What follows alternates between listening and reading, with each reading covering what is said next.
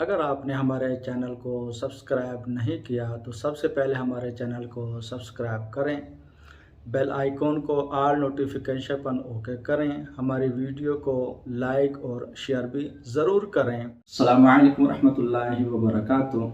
آج کا جو وظیفہ ہے وہ کاروباری حضرات کے لیے ہے جن کا کاروبار نہیں چلتا، کاروبار کی بندش یا رکاوٹیں یا پریشانیاں ہیں، اور وہ چاہتے ہیں کہ ہماری یہ رکاوٹیں، ہماری یہ بندشیں ختم ہو جائیں۔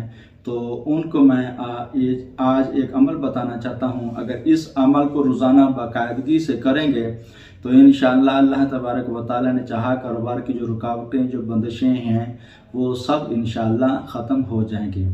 وظیفہ یہ ہے کہ سورۃ لقمان کی آیات نمبر 26 للہ ما فی السماوات والارض ان اللہ هو الغنی الحمید کو آپ نے 313 مرتبہ روزانہ پڑھنا ہے۔